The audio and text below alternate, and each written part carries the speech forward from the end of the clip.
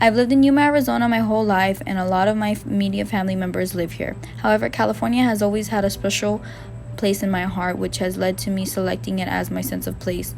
For many holidays, summer vacations, and family gatherings, we would go to different places in California, to include Chino, California, which is a small suburban area that has dairy farms and other agriculture operations in the vicinity.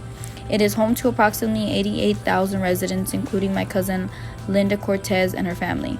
She has lived in Chino, California for 35 years. Despite that it is a different state, it slightly reminds me of Summerton, Arizona. But as soon as you arrived at the residential side, the entire scenery changes. Neighborhoods appear, parks, local businesses, and well-known markets are in the area.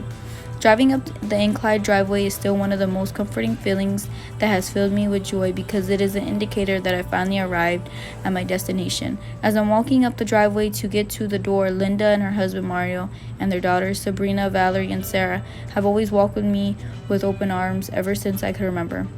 I can recall on Easter Day in 2007 at my cousin's house to attend a family gathering, walking through the front door dressed in a blue and pink pastel sweater.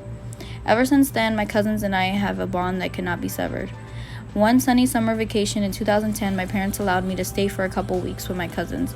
During this vacation, I have gained more insight into my cousins' lives throughout this short period of time.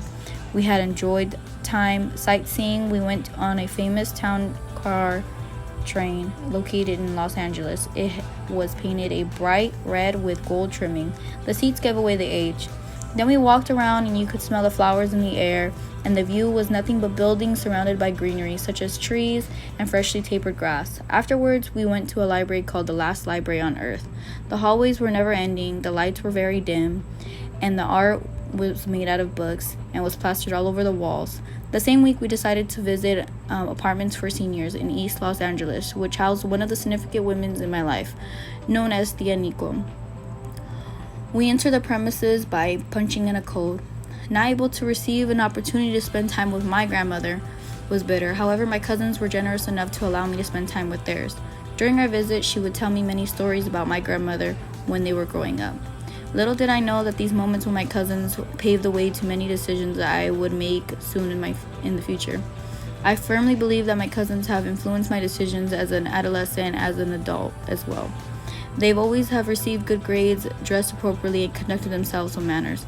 Towards the end of my senior year, my cousin Valerie already graduated from the University of California. Sabrina was attending the same college, and Sarah decided to move away to attend Utah State University. This is why I decided to enlist in the United States Army to help gain access to a college education.